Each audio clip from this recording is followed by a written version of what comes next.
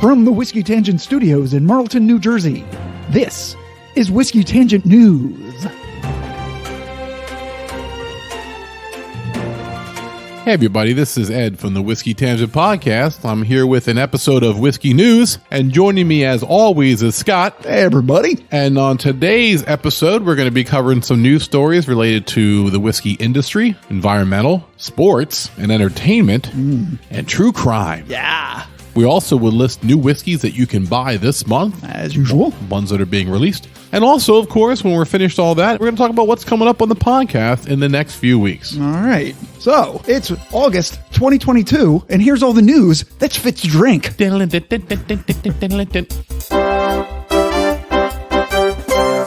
In industry news, Whiskey Advocate reports that American single malts have finally gotten their day in the sun.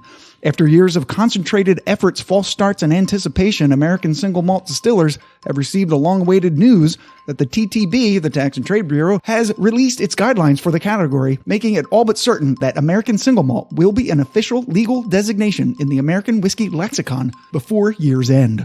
As we discussed here on the podcast over a year ago, in episode 37, the guidelines proposed by the American Single Malt Whiskey Commission, formed in 2016, were that American single malt should be 1. Made from 100% malted barley. 2. Distilled entirely at one distillery. 3. Mashed, distilled, and matured in the United States. 4. Matured in oak casks of a capacity not exceeding 700 liters. 5. Distilled to no more than 160 proof. And 6. Bottled at no less than 80 proof. Over the next 2 months, the TTB will be taking commentary on these guidelines, whereupon the new rules will almost surely go into effect, because I guess I'm just going to ignore them.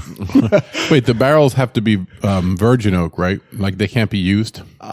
New oak barrels? It does not say that. Oh, because I know that scotches use barrels. Correct. And single malt kind of mimics that in mash bill. So I wonder if that's something left open for them to use their discretion. I believe it is. And the other thing that's also left open that Scotch can do is they can color it. Oh.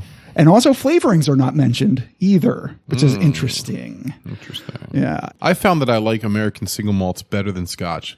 I don't know if this is some type of a national centric, what is it? A jingoistic, like America, fuck yeah. America, fuck yeah. Our Scotch whiskey is better than yours. But no, and once again, I still don't like McCarthy's, which is a smoky, peaty American single malt. Yeah. But I do like Stranahan's. I think I've enjoyed Jack Daniels. Not Jack Daniels. I've enjoyed Woodford Reserves. Though Jack Daniels has an American single malt, it just hasn't been released yet. Not yet, yeah. But it has been included in the triple mash that we talked about last month. Right. And there's a local one near us, Blue Comet, which I think is actually pretty good and really enhances a few cocktails we've had. So, yes. we have definitely stuck our toe in the water that is American single malts. And I'm excited to see what this new categorization, so that it encourages more distilleries to kind of dive in now, maybe. And we see, as I feel like ryes have been the most explosive category of the last 5 years. I wonder if we're going to see a similar kind of explosion. Distilleries looking for the next mountain to climb, so to speak, say, hey, we'll come up with an American single malt. I totally agree. I think this will kick off a lot of people who maybe have been waiting to step into the American single malt pond, and now this will make them do that. Right. Let's challenge Scotland for the 100% malted barley mash bill. Because really, the single malt is the whiskey that's made in the rest of the world. Right. Except for, Canada and other places. But the fact that, as you mentioned, Jack Daniels, they already have one ready to go. Yeah. Probably anticipating this ruling. Right. They want to make sure that before they release it, they're in the parameters. And I'm sure they are. Yeah, I'm sure they are too. All right, so the next story is from onemooredram.com. Old Overholt gets an overhaul. I heard about this. Yeah. Refresh my memory. Yeah, so Beam Suntory has announced that Old Overholt's signature straight rye whiskey, their bottom shelf stuff, has increased to a 4-year age statement, marking a return to the liquid's historical roots. First created in 1810, Old Overholt, once the most popular whiskey in America and the only nationally distributed rye for most of the 1960s, is the longest continually maintained and produced whiskey brand in U.S. history and has been a staple of bar and cocktail menus for decades. The new Overholt 4-year will be bottled at the same 86 proof as the now discontinued 3-year, which was non-age statement, and will be rolling out nationally through the rest of the summer at a suggested retail price of $20 for a regular-sized 750 milliliter bottle. Well, I mean, just go get one. I mean, why not? Didn't we vote that as our best bottom shelf whiskey? Was that this one or was that the bottle and bond version? Oh, no, it was the bottle and bond version. Yeah. But this one, being 4 years might be in the same plateau as that. Right. So this is sort of its younger brother. Well, lower proof brother, because this is 4 year now, and the bottle and bond has to be at least 4 years. So right. This has to be 80. This is still 80 proof. It's 86. Okay, so maybe I'll drink the BIB on the weekends and this one on the Wednesday night. At work. And Thursday morning. Do it at on the way to work. All right. So the next story is from the PR Newswire. Twisted Tea launches new flavored whiskey. The Boston Beer Company, brand owner of Truly Hard Seltzer. Sorry. Truly hard. Always hard. Wow. Often hard. Excuse me. That's what she said. Go ahead. Is it truly hard or is that Viagra? Truly Hard Seltzer, Angry Orchard Hard Cider. Wow, a lot of hard stuff here. Right. Viagra toasted. Yeah. The Dogfish Head Brewery and Twisted Tea. You said head. Hard iced tea. The nation's #1 hard iced tea brand is shaking up the spirit space with a limited release of a sweet tea whiskey through a partnership with Beam Suntory. Made with real brewed tea and a real well-rounded whiskey, the deliciously smooth blend of oak and bright lemon has an ABV of 32.5% or 65 proof, which is much higher than the regular hard iced teas at just 5%. Oh my God. Right? Basically, it's like a 65 proof iced tea. It's a flavored whiskey. Although they're keeping mum on exactly which of Beam Suntory's whiskeys are used, Twisted Tea Sweet Tea Whiskey will be available in 50 milliliter, 750 milliliter, and 1 liter bottles across 5 markets, including Massachusetts, Rhode Island, Ohio, Missouri, and Texas, plus various military outlets. Keeping mum. Keeping mum? I keep your mum out of my room. Jesus. Trebek. I got you, Trebek. Yeah, so we can't get it here in New Jersey, and a lot of other states can't either. But I suspect if it's any good, it's Beam Suntory, so they'll probably release it everywhere. I agree. Yeah. I mean, I would like to try it. Would you like to try it? I don't like those flavored drinks. I've had the Twisted Teas, and they don't sit right with me. And my God, what blows me away, and I love seltzer. I'm drinking seltzer right now. I love seltzer. I don't like the flavor. So I don't like the White Claws and all. Yeah. And it's such a phenomenon. I mean, holy crap. I mean, college boys by the thousands drink White Claws. And it's not actually very good. I mean, it's something really, really cunty about that, And I'm trying not to be like, oh, take a shot of whiskey. Back in my day. Right, back in my day, we used to shoot a grizzly bear and then do a shot of Jack. But I don't know, there's something about this term, when I hear strapping 20-year-old guys are like, hey man, bring back a cranberry melon White Claw. And it's like, what the hell's happening? Well, I mean, if you remember back when we were in college, the big thing was Zima. I used to drink Zima. C? Or Z? No, but let me tell you right now. I admit that only because I will say this. I don't think I ever bought a Zima, but no, it tasted like hot garbage. It was terrible. But no, it was kind of citrusy. And here's the thing. After a night of drinking beers and shots, you get that kind of funk on your tongue. And the Zima was kind of refreshing. It could cut through that. It's like a shot of Fireball now. I'll do a shot of Fireball. It's not whiskey. I mean, it's a carbonated malt beverage. Right. Yeah. Half the people here have no idea what Zima is. No, they don't. Also wine coolers when we were in college. Anyway. Oh my God, right. Bartles and James. Oh, yeah. Yep. It's good stuff. Okay. So in environmental news, also from PR Newswire, High West pledges $1 million to ecological efforts. Interesting. High West, the Park City, Utah distillery, has announced that its Protect the West initiative will commit $1 million over the next 3 years to help safeguard the land of the American West and its inhabitants. The pledge coincides with the newest seasonal release of High West Campfire Whiskey, a unique blend of Scotch and bourbon, one of the brand's most iconic expressions. Having already raised a total of $1 million since 2007 and given to various ecological nonprofits, the first portion of this new commitment, $150,000, will be split between 3 organizations. 1, the Wildland Firefighter Foundation, which helps families of firefighters injured or killed in line of duty. 2, the Protect Our Winters Project, a community of scientists, athletes, and business leaders creating nonpartisan policies to combat climate change. And 3, American Prairie, a group dedicated to creating the largest nature reserve in the contiguous United States. And these donations come none too soon, as the American West is burning more quickly than it has in a decade, with over 3 million acres of land being destroyed by fire so far this year. Wow. So the question I have is, and we need to do some research on this, is somebody's bought High West. Right. And they're changing what's available from the brand. And a lot of your favorite expressions will be going away. Wow. Or will be turned into, occasional releases. Interesting. I have a whiskey trivia question I came across. Whiskey trivia. New category. Well, I know you'll take this and put it where it needs to be. That's what she said. Right, exactly. I'm just going to... What changes did World War II bring to the American whiskey barrel? During World War II, 53 gallons became the standard barrel size because the metal rings were reduced from 8 to 6 in an effort to save resources. Oh, I see. Interesting. Yes. All right, so sports and entertainment. Yeah. From MMAmania.com. Bombshell tell-all book reveals Proper 12 Whiskey's true origin story.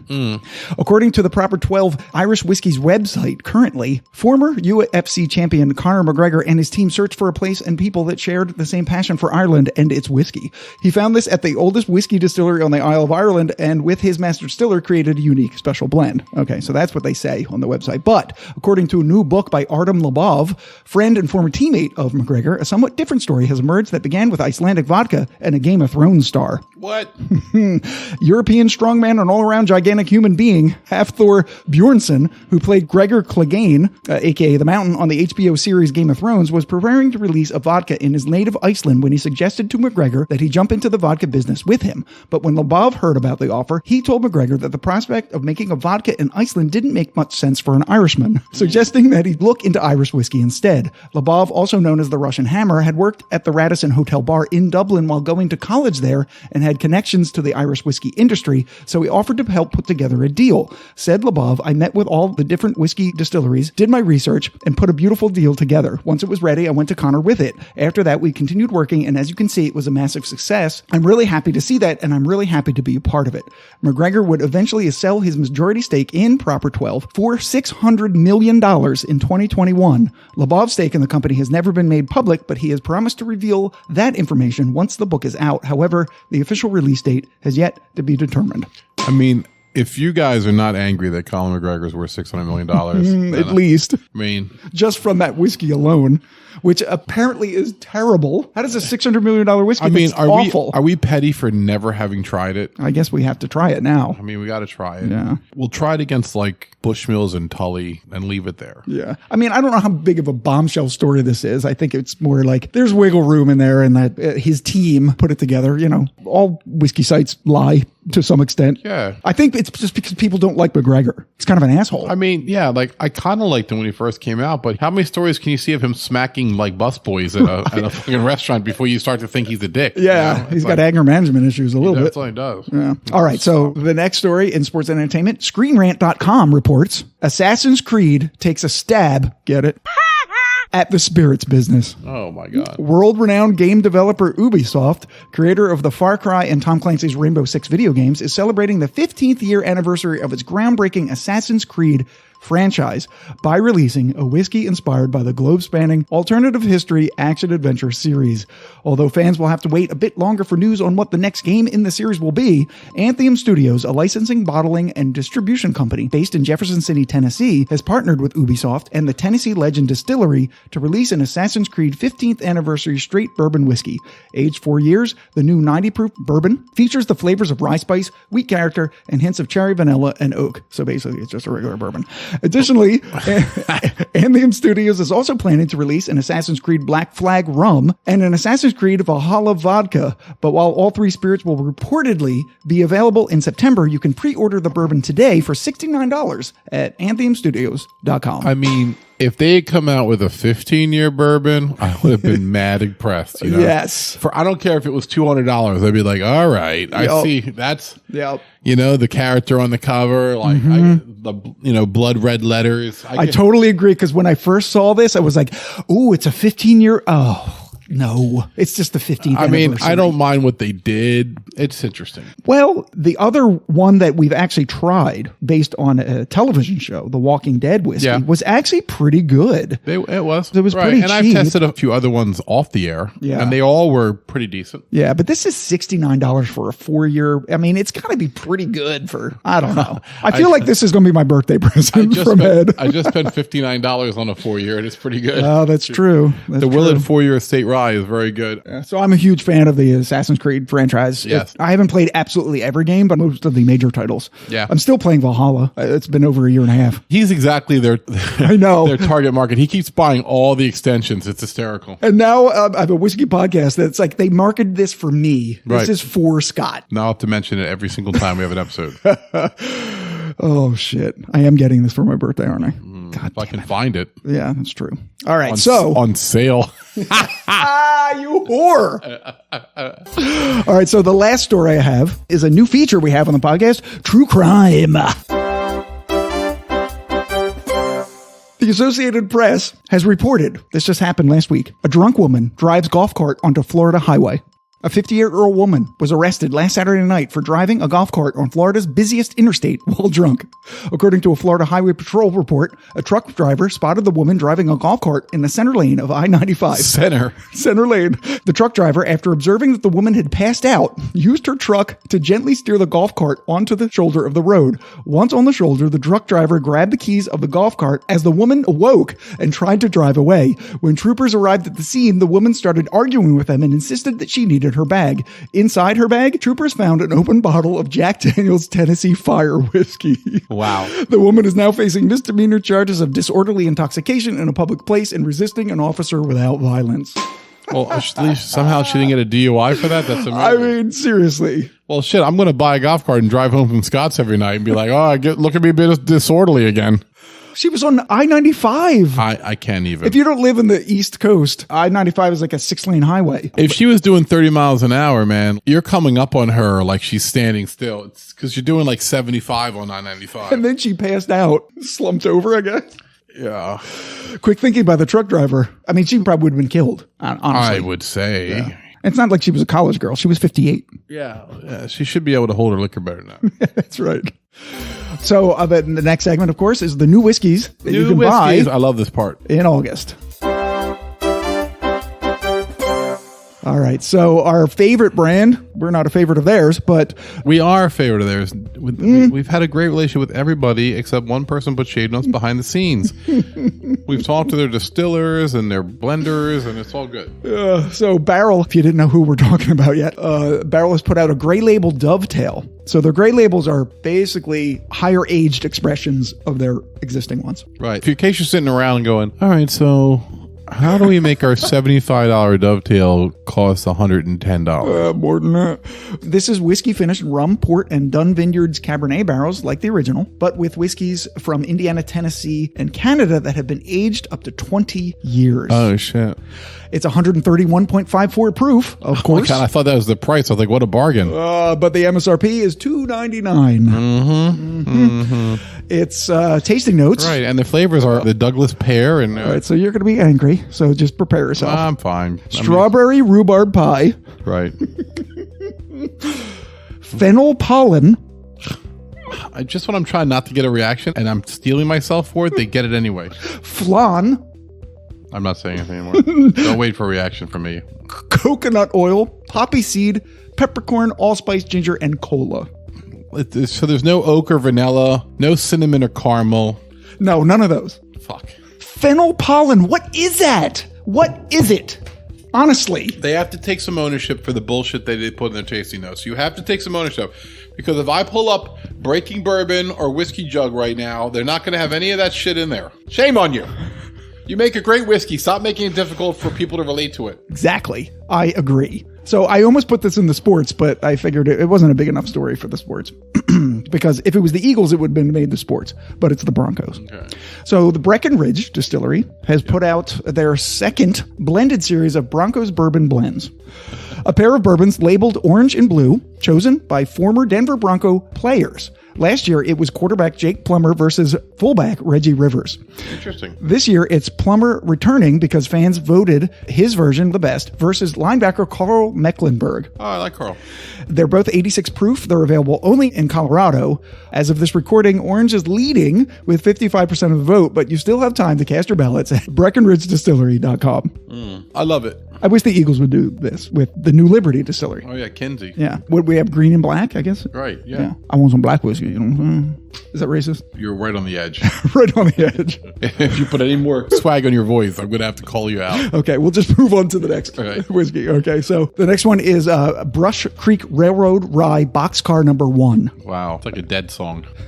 Aged 4 to 6 years, 104 proof. It's a blend of 2 rye whiskeys. MSRP, $47. All right, yeah, that's what we can drink. Not bad. So what makes it interesting, or maybe gimmicky, depending on where you are, is that the barrels were loaded onto a Union Pacific rail car and they traveled 1,200 miles over the course of a few weeks, agitating the whiskey to enhance the interactions between the whiskey and the barrel, kind of like Jefferson's Ocean or maybe even the Metallica Sonic. Yeah, I mean, I wish we had Greg Snyder here. Yeah, see what he would say about that. To see if Greg has any, I mean, I should, so many questions I wish I could ask Greg Snyder. I'm just going to call him up with something like, hey, Greg, I know it's 9 in the morning. Listen, so do you think Jefferson Ocean really does anything to it? We won't use your name.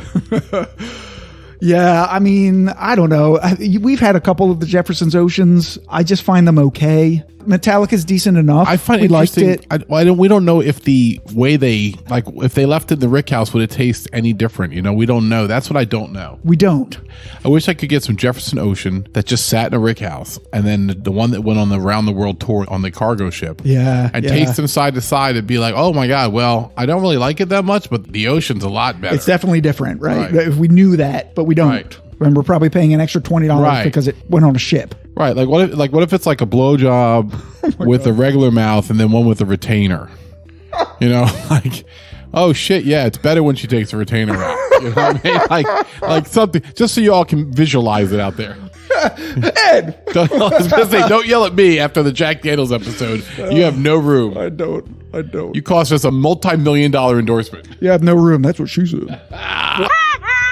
All right, the next whiskey, I thought this was really interesting. The Glenfiddich Perpetual Collection. So this is 4 different vats of whiskeys matured using a Solera process, which adds continuous layers of flavors to the whiskey by only bottling half the whiskey in each vat before refilling with new whiskey. So it's kind of like the process that's historically used to age port wine, which was the inspiration for the original infinity bottle concept. Right. So Vat 1 is 80 proof whiskey finished in ex-bourbon and ex-red wine barrels. Vat 2 is 86 proof whiskey finished in new oak and ex-sherry casks. Vat 3 is 100.4 proof, 15 years aged whiskey finished in oak, ex-sherry, and ex-bourbon barrels. And Vat 4 is a 95.6 proof, 18-year aged whiskey finished in ex-Oloroso sherry and ex-bourbon barrels. The MSRP ranges between $57 and $109 for each of the vattings. That's pretty interesting. I just thought it was a really cool concept. Like, this is something that I don't think anybody has ever done before. It's Scotch, so it's not really our thing, but... No, but we still mention it. The next whiskey we have is Hadrin's Creek, Jacob's Well, and Colonel James B. Beam. So these are 2 new expressions, limited releases from Beam Master Distiller Freddie No in his new capacity as Master Distiller. Wait, Freddie No took over? Well, he took over one of the distilleries. And his dad, Fred No, still works... as Master Distiller for the company as a whole, while Freddie is just the Master Distiller at the new Fred B. No Distillery. All right, Freddie, good job. Once again, we've been trying to get Freddie on the podcast for about a year now. Right. So Jacob's Well is 108 proof, 15 years, 4 months aged. Its MSRP is $150. Aged oak, dry raisins, dried leather, and spicy rye with a light undertone of syrup and a hint of spice cake. The James B. Beam is 108 proof also, but it's only 2 years aged. Its MSRP is $80 for a 2-year-old whiskey. I'm going to say no, thank you. Yeah, bold, sweet, and spicy notes of peppercorn. Your price is bold. Peppercorn, toasted oak, gumdrops, and light red licorice with spicy peanut brittle and lightly roasted nuts. So I looked at the Breaking Bourbon, their review of it, they were actually pretty kind to it. But I don't know if I'm going to pay $80 for a 2-year-old whiskey, not having tasted it, no matter who says how good it is. I mean, are you with me on that? Right. Unless it's served in a fleshlight. Jesus Christ. I'll be gay for a second. Could you be serious for 1 second? No, $80 for a 2-year whiskey. Unless someone buys me like a drink first. I mean, listen, there are 2-year whiskeys out there that are special. I'm drinking a 4-year whiskey right now that is delicious. Right, but what did you pay for it? $60. Right. This is $80 for a 2-year. Right. I would balk at that. Mm-hmm. I admit. Exactly. I think they're just pricing it too high because it's a limited. But that's what the business is now, right?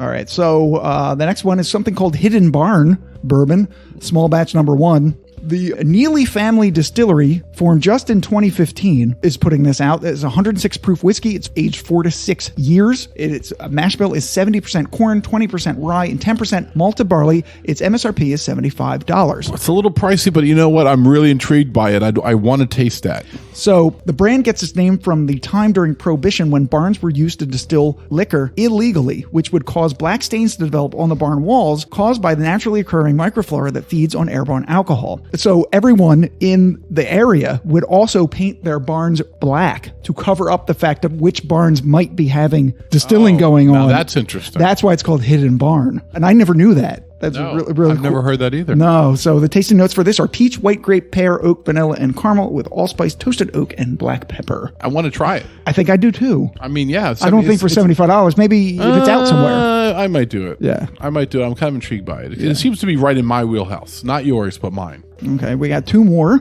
The Lucky 7. Oh. The Frenchman. Oh. That's a new whiskey from the Lucky 7, folks. Bourbon finished in new French oak barrels, sourced from undisclosed Kentucky distilleries, Barton's. It's 113 proof. It's aged at least 4 years. Its MSRP is $100. Seasoned oak accented by cinnamon, caramel chews, graham crackers, and a slight nuttiness, finishing with unsweetened chocolate, roasted coffee beans, savory tobacco, and leather. So it's been described as sort of in between the Maker's Mark 46 and the Penelope Architect, which are both finished in French oak staves. We like the Lucky 7 that we had on our holiday episode. You like the one that I bought you. I mean, they make good quality bourbons. You might balk at the 4 years for $100, like we were saying just before that, but maybe this will be my birthday present. I'd rather have this one than the Assassin's Creed, just putting it out there. No? I mean, I know what you want. I know what Scott wants. I know what Scott drinks. I know what Scott wants. Scott wants booze. Rye. I know what boys like. I know what guys want. I know what boys like. Boys like me. Okay, so the last whiskey that I have, and then we'll get to your whiskey. Yep. Woodford Reserve Batch Proof 2022.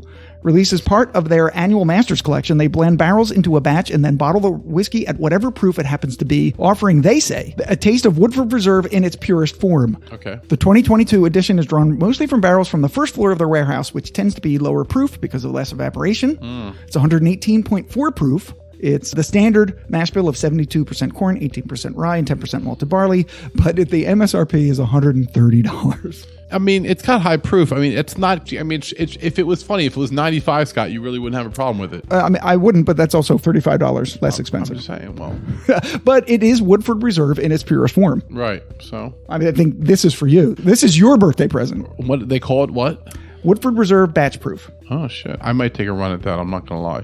Yeah. Because, I mean, the thing is like $130. Yeah, but you know what? I buy 2 bottles that often are $130 and throw them in my car. So just drink one of really good stuff.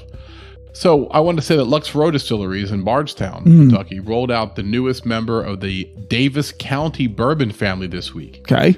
All right. It's Davis County Kentucky Straight Bourbon whiskey finished in lightly toasted American oak barrels. You can find this for a limited allocation around the country for $49.99, which is a nice price for a toasted barrel. Can you though? Can you find it at $49.99? Well, around the country. I mean, does it say how many bottles they made? It doesn't know, but it's 96 proof, 4-year-old bourbon. Okay. And for 4-year-old bourbon, 96 proof, $50. That's pretty much where it should be. Lux Row. Lux Row makes good stuff. They do. Yeah. Davis County had a Zinfandel finish, but I didn't like it as well as a Kinsey, and so I kind of like stayed off of Davis for a while. But I would dip into this if I found it. Did you know at the time that it was Lux Row? No, I didn't know until I read this article today. Right. So yeah, I just want to throw it out. All right. So if you get a chance to pick up some of the new ones that Scott mentioned, the new whiskeys coming out, we do this to keep you kind of up because, once the ones come out, they're going to be gone. Just like last month, we told you who won what awards because if you wanted a chance to get them, you had about a week before they disappeared or doubled in price. Yeah, a lot of these are limited releases. Correct. And it's not absolutely everything, of course. No. This is just the ones I think we would be interested in. Right. All right, so what's coming up on the podcast? Yes. On 8/25, we'll have no podcast. It's the last week of August. The first week of September, we're going to have episode 57, which was going to be Ladies' Night about flavored whiskeys, but... The ladies are a little modified because Dre's moved to Virginia. Right. So we lost one of the ladies. Yeah, some scheduling problems. And the other two ladies are having trouble getting their schedules in sync. Yeah. As you tend to do, when you work with, millennials. They have their own things going on. And so if we can't get them together, we're thinking about Sagamore and we'll take a trip down to the distillery in Baltimore, do a tour of it. And I'm just going to investigative journalism, just talking to people hey, we're a podcast, talk to us. Shoving microphones in people's faces. Right, until security throws us out. I bought this bottle in the gift shop. You can't take this bottle from me. Ooh. Or we could do wheat whiskeys, which we've always wanted to do for a long time because you just picked up a bunch of wheat whiskeys. That would be a very easy replacement episode for us to do. Yeah. So it's one of those two. Yeah, that's the first week. The second week, the 8th, is finally, we recorded this game over a month ago. This is the Whiskey Madness Invitational Short. We have a comparison of 3 different versions of Larceny Barrel Proof. Right, which was our favorite whiskey of the year. Yeah. And the winner of the March Madness. So we took 3 of the last 5 expressions of the same whiskey. I mean, I don't think I ever had a bottle of Jack Daniels and was like, oh, wait, this tastes different. Or a bottle of Woodford Reserve hey, this tastes more oaky. Like we've talked about before, it used to be that you wanted your whiskey to taste the same every single bottle, every single year for decades. Correct. But now it's okay or even expected to be a little bit different and to chase those different batches. So we're going to see if they really are different. And if so, which one is worth chasing over the others. Correct. So go out there and grab what you want to drink fast as you can. And we appreciate you all turning in to listen to us. Yeah, we love doing the news. It helps us learn about the business, and hopefully it helps you as well. Yeah. The point was we would drink less by doing this episode, but we failed at that miserably tonight. Right. That was sort of the point. But, But here we are. Well, I had a little bit of a medical concern, and my doctor told me last week to return to my normal activities. So I said, well, here I am. Oh, is that why we're drinking so much tonight? Done. All right. So for the Whiskey Tangent Podcast, I'm Scott. I'm Ed. Later. Cheers, everybody.